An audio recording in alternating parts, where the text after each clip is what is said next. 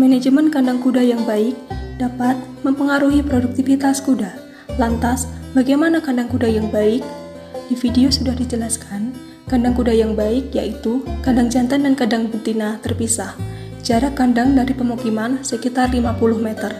Kandang lebih terang karena bagian belakang dan samping terbuka, sehingga udara dapat masuk ke dalam kandang dan sirkulasi kandang baik, serta kandang tidak lembab. Lantainya terbuat dari tanah dan serbuk gergaji, sehingga urin tidak menggenang, mudah dibersihkan, tidak menyebabkan penyakit pada kuda, menghindari kuda terpeleset, dan urin lebih mudah terserap ke tanah. Pintunya terbuat dari besi, sehingga kokoh apabila ditendang oleh kuda. Atap kuda transparan satu titik, agar kalau cuaca mendung bisa tetap menjaga kelembapan dan tidak gelap. Dinding kandang terbuat dari semen. Untuk menghindari hujan, maka atap atau kanopi dibuat agak panjang sekitar 1,6 meter. Menurut Wenda et al. 2020, manajemen kandang yang baik itu kandang harus kuat, mudah dibersihkan, memiliki drainase yang baik, memiliki tempat makan dan minum, siklus udara baik sehingga pertukaran udara lancar dan tidak menimbulkan panas, jarak kandang dengan pemukiman minimal 10 meter, jarak kandang dengan tempat penampungan kotoran minimal 25 meter dari kandang dan pemukiman. Alas kandang harus selalu bersih dan lunak dengan beralaskan serbuk gergaji atau jerami yang bertujuan untuk melindungi kuda agar tidak terpeleset, memberikan kenyamanan dan kehangatan. Alas kuda tidak boleh licin atau kasar agar kaki kuda tidak luka. Manajemen kandang pada peternakan ini sudah termasuk ke dalam kriteria kandang yang baik karena memuat syarat-syarat kandang yang baik. Hanya saja di peternakan ini tidak terdapat wadah pakan dan minum dan tidak terdapat drainase. Manajemen perawatan kuda. Perawatan kuda mencangkup kegiatan pembersihan kuda seperti menyikat bulu, memandikan kuda, perawatan kuku, dan pencukuran rambut kuda. Dalam video ini merupakan salah satu contoh dari perawatan kuda, yaitu penyikatan kuda. Dilakukan secara berurutan mulai dari bagian kepala hingga ekor kuda. Penyikatan biasanya dilakukan setiap pagi dan sore hari sebelum memulai aktivitas. Penyikatan ini bertujuan untuk membersihkan debu dan kotoran yang menempel pada bulu, serta mencegah bulu tidak mudah rontok. Penyikatan kuda dilakukan menggunakan sikat dan roskam. Sikat biasanya digunakan di awal untuk merontokkan tanah, lumpur, dan kotoran yang menempel pada kuda. Setelah itu menggunakan roskam untuk menghilangkan sisa kotoran dan bulu-bulu kuda yang sudah rontok tetapi masih menempel pada kuda. Menurut penelitian dari Wulandari Triputri tahun 2011, perawatan bulu dilakukan untuk menjaga kulit dan bulunya tetap sehat dan mencegah dari penyakit kulit. Perawatan ini dilakukan mulai dari bagian kepala, leher, badan, kaki, hingga ekor kuda. Di dalam video, perawatan yang dilakukan sudah sesuai, namun memang alat-alat yang digunakan tidak lengkap. Dalam penyikatan, mereka hanya memakai sikat biasa dan roskam. Dari beberapa artikel dan jurnal yang saya baca, untuk melakukan grooming ini dibutuhkan alat-alat lain seperti stainless steel comb, brush comb, hoof pick, dandy brush, curry comb, dan man comb. Perawatan kuku sangatlah penting untuk kuda. Perawatan ini terdiri dari pemasangan tapal, pembersihan kuku, pemotongan kuku, dan pemberian vitamin atau minyak pada kuku. Di dalam video diperlihatkan bagaimana cara pemberian minyak pada kuku kuda. Dalam pemberian minyak ini, pastikan kuda dalam keadaan terikat dan tenang, sehingga memudahkan dalam pengolesan. Minyak tersebut dioleskan pada kuku secara merata sampai bagian bawahnya. Pemberian minyak ini dilakukan untuk memperkuat kuku dan mencegahnya dari penyakit kuku. Menurut Wulandari Triputri 2011, kuku dikikir agar sesuai dengan bentuk tapal. Pemasangan tapal guna melindungi kaki kuda terhadap batu, kerikil, dan benda tajam yang dapat melukai kuda. Setelah tapal terpasang rapi, kuku bagian luar diberi hoof oil atau minyak kuku guna mencegah kerapuhan pada kuku. Hal ini sesuai dengan perawatan kuku yang ada dalam peternakan tersebut. Perawatan kuku ini guna memperkuat kuku dan mencegahnya dari penyakit. peternakan ini, cara pemberian pakan kuda itu diberi rumput, lolohan, bran cap kepala kuda yang bercampur dedak, tepung, jagung, vital horse atau pelet kuda. Lalu, waktu pemberian pakan, lolohan di sore hari, sedangkan hijauan di siang dan malam hari.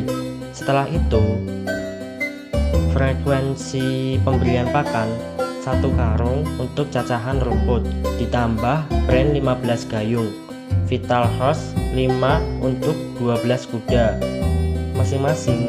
Masing-masing pakan kuda dikasih 4 kg atau sampai 9 kg per hari.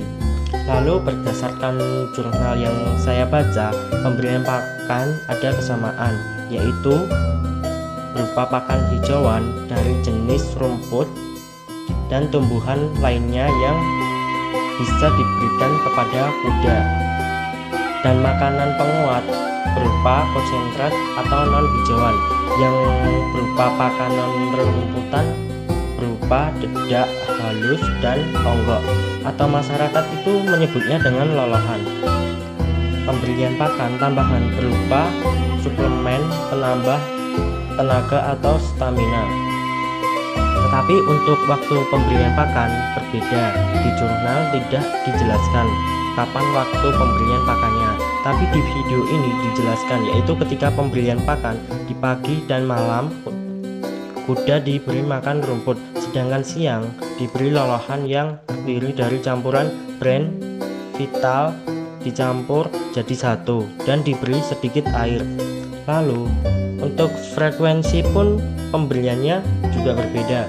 Di jurnal pakan ini dilakukan tidak berdasarkan kebutuhan hidup, namun kebiasaan turun-temurun. Pakan diberikan sebanyak 2 kg per hari dan rincian 500 gram per ekor, dan pemberian rumput hijauan berkisar antara 20 sampai 25 kg per hari. Reproduksi kuda. Dalam video ini adalah proses perkawinan kuda dengan cara alami, tetapi masih dengan bantuan peternak agar bisa berjalan dengan cepat, baik, dan benar. Sebelum dikawinkan, kuda betina dihandling terlebih dahulu. Lantainya dibuat lebih rendah agar kuda pejantan lebih mudah saat menaiki kuda betina. Kemudian kaki belakang pada kuda betina diikat agar tidak banyak bergerak ataupun berontak. Sedangkan kuda jantan diajak jalan-jalan terlebih dahulu agar libidonya naik. Saat kuda pejantan menaiki kuda betina, peternak mengarahkan penis kuda pejantan agar masuk ke dalam vagina pada kuda betina dengan cepat. Perkawinan dilakukan lebih dari 1 kali untuk memastikan bahwa sperma masuk ke dalam vagina dan sampai sel telur dengan sempurna. Namun, dalam video ini ekor kuda betina tidak diikat terlebih dahulu, seperti jurnal yang saya baca, menurut Reni 2018, yaitu saat kuda dikawinkan secara alami, kuda betina sebaiknya diikat pada ekornya, agar tidak menghalangi dan memudahkan penis kuda pejantan untuk masuk ke dalam vagina pada kuda betina. Karena ekor pada kuda betina berbentuk rambut yang sangat banyak sekali, sehingga apabila tidak diikat akan menghalangi penis saat masuk ke dalam vagina. Manajemen kesehatan kuda. Manajemen kesehatan kuda sangatlah penting pada setiap stable. Stable Magda sendiri menerapkan manajemen kesehatan yang cukup baik.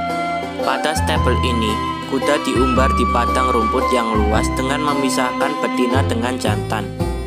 Pengumbaran kuda pada padang rumput sangatlah penting bagi kuda untuk melakukan exercise.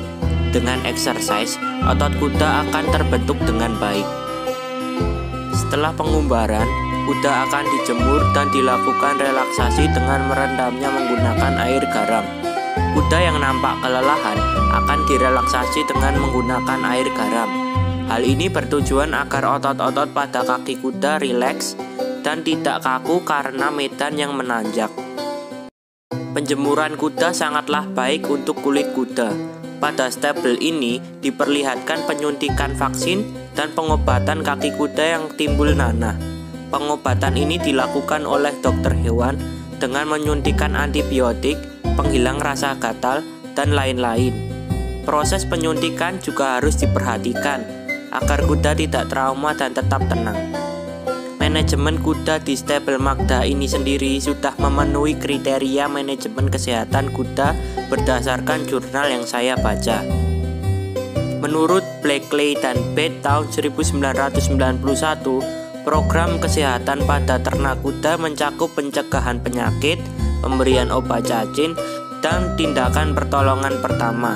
Merupakan suatu hal yang penting untuk senantiasa membuat diagnosa yang tepat dan memiliki pengetahuan yang benar tentang pengobatan yang memadai.